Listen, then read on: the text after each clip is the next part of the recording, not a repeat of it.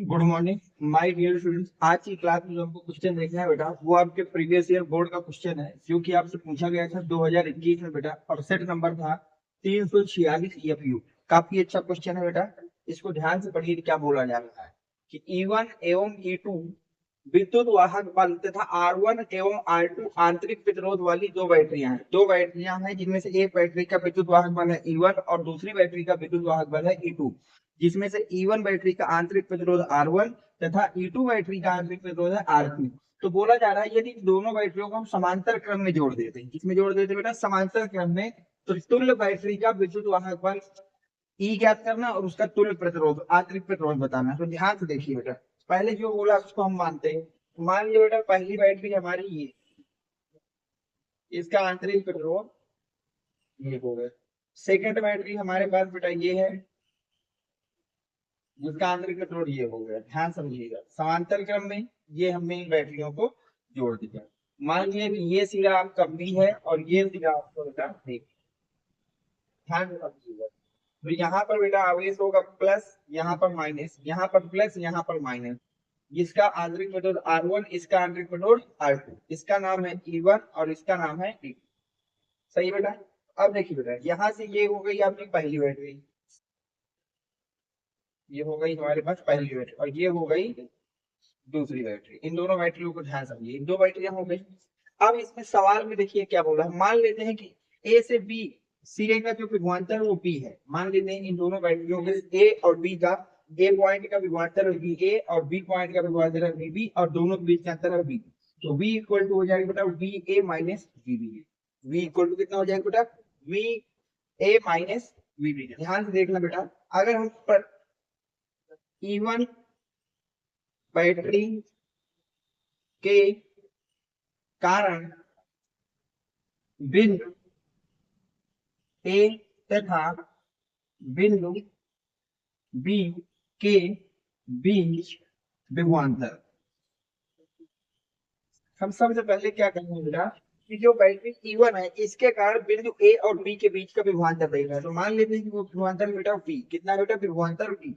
तो हम चल कहां से रहे बेटा? ए से बी की तरफ जा रहे हैं। ए से कहां जा रहे हैं? बी। तो हमारा E1 हो गया प्लस का माइनस। अब करंट किधर तक फ्लो होगी? करंट तो हमेशा बेटा माइनस की तरफ आती है, तो इस तरह से करंट जाएगी। तो हम करंट की विपरीत डायरेक्शन में जा रहे हैं, तो इसको लिखेंगे बेटा माइनस का I1 R1। कितना लिख देंगे? I1 R1। ये मान लिया पहले बैटरी जो करंट आ रही है वो I1 है और दूसरी बैटरी जो करंट आ रही है वो I2 है। और तो यहाँ पर जो करंट आएगी बेटा वो I आएगी। यहाँ पर जो करंट आएगी वो कौन सी आएगी? I। तो हमको ये पता है कि जो I होगा वो किसके बराबर होगा? पहले बैटरी की करंट प्लस दूसरी बैटरी की करंट के बराबर होगा। तो इसको समीकरण नंबर 1 मान लेते हैं। यहाँ तक कोई दिक्कत नहीं बेटा। अब यहाँ से हम लोग I1 की वैल्यू निकाल लेते हैं। तो I1 की वैल्यू निकालने को V को उधर ले जाते हैं। तो I1 R1 equal to E1 minus V, ये हो जाएगा बेटा। अब I1 निकालना तो R1 को उधर भेज दीजिए। तो I1 इक्वल टू हो जाएगा E1 minus V divide by R1। इसको नाम दे दीजिए समीकरण नंबर 2। ध्यान से देख लीजिए यहाँ तक, मेरे हिसाब से आपको कोई दिक्कत नहीं होनी चाहिए। अब इसी तरह हम लोग E2 बैटरी के कारण बिंदु A और B के बीच का विभवांतर निकाल लेंगे। तो हम लिखेंगे बेटा E2 बैटरी के कारण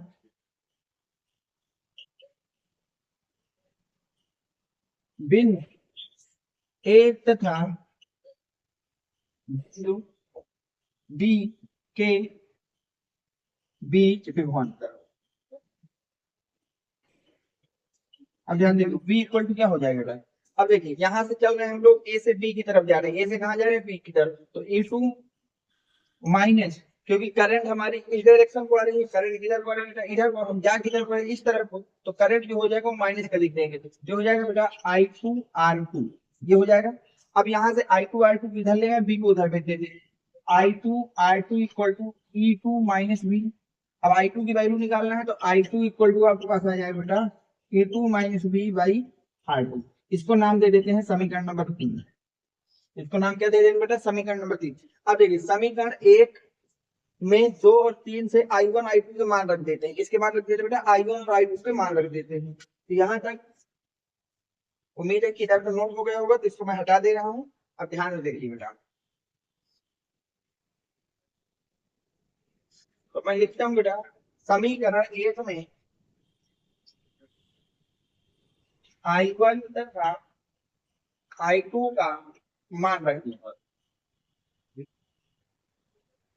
अब जब मान लेंगे तो ध्यान से देखें, I1 की जगह हो जाएगा E1 minus B divide by R1 plus I2 की जगह हो जाएगा E2 minus B by R2। ये हो जाएगा। अब इनको अगर सॉल्व करें ध्यान से, तो इसको लिखा जा सकता है E1 R1 माइनस का V बाई R1। सही है। अब यहाँ पर लिख सकता हूँ प्लस का E2 बाई R2 माइनस का V बाई R2। यहाँ तक आपको कोई दिक्कत मेरे हिसाब से नहीं होनी चाहिए। अब आगे देखिए बेटा, तो यहाँ से I इक्वल टू आपके पास आ जाएगा बेटा E1 R1 plus E2 R2, इनको एक साथ लिख लीजिए, माइनस को बाहर लिख दीजिए बेटा V by R1 plus V by R2। सही यहाँ तक बेटा। अब अगर ध्यान से आप देखें तो क्या इसको मैं लिख सकता हूँ I equal to E1 R2 plus E2 R1, नीचे लिखा जाएगा बेटा R1 इंटू R। ये इधर हो गया। अब इधर से V को कॉमन ले लीजिए, V को क्या ले लीजिए कॉमन, अंदर बचेगा बेटा 1/R1 प्लस का 1/R। ध्यान से देख लीजिए, समझ लीजिए, यही बचेगा। अब इसको मान लेते हैं बेटा हम लोग, यहाँ से कोई कॉमन नॉमन तो आ नहीं सकता, नहीं आएगा। इसको हम लोग मान लेते हैं समीकरण नंबर 4। क्या मान लेते हैं बेटा, समीकरण नंबर 4। यहाँ तक आपको कोई डाउट नहीं होना चाहिए। अब आगे देखिए बेटा कैसे करेंगे इसको। इसको मान लिया हमने कितना बेटा, समीकरण नंबर 4।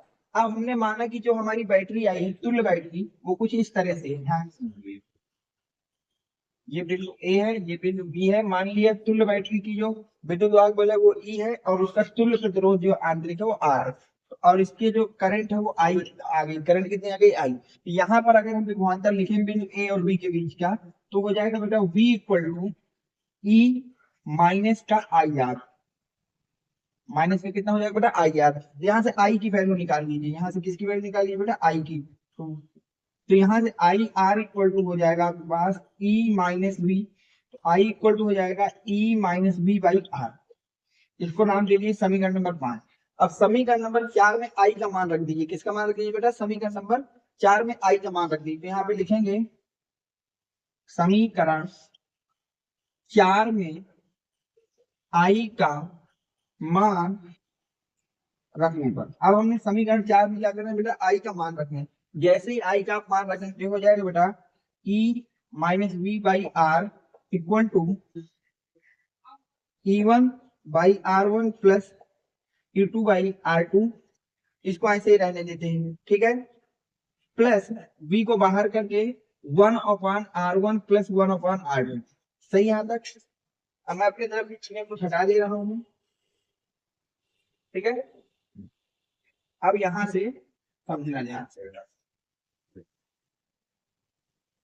अब यहाँ से R को अलग कर दी, तो इसको लिखा जा सकता है बेटा E by R minus B by are.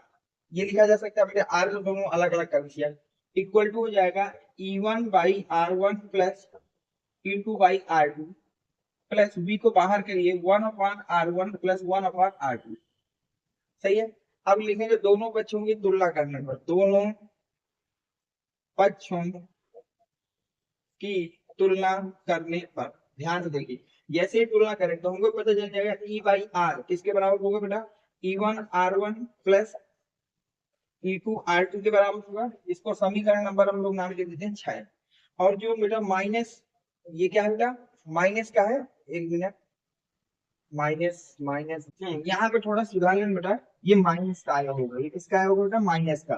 तो यहाँ से आ जाएगा बेटा, इस माइनस से माइनस कट जाएगा तो v by R equal to आ जाएगा v upon 1/R1 plus 1/R2। v से भी कट जाएगा तो 1/R इक्वल टू आ जाएगा 1/R1 प्लस 1/R2। एलसीएम लेंगे बेटा तो 1/R equal to R2 plus R1 divide by R1 into R2। तो अगर यहाँ से क्रॉस मल्टीप्लाई करते हैं, इसको एक व्युत्क्रम करते हैं, तो R इक्वल टू हो जाएगा R1 into R2 plus R1। ये आगे बेटा आंतरिक प्रतिरोध। ये क्या आ गया बेटा आपका, तुल्य बैटरी का आंतरिक प्रतिरोध।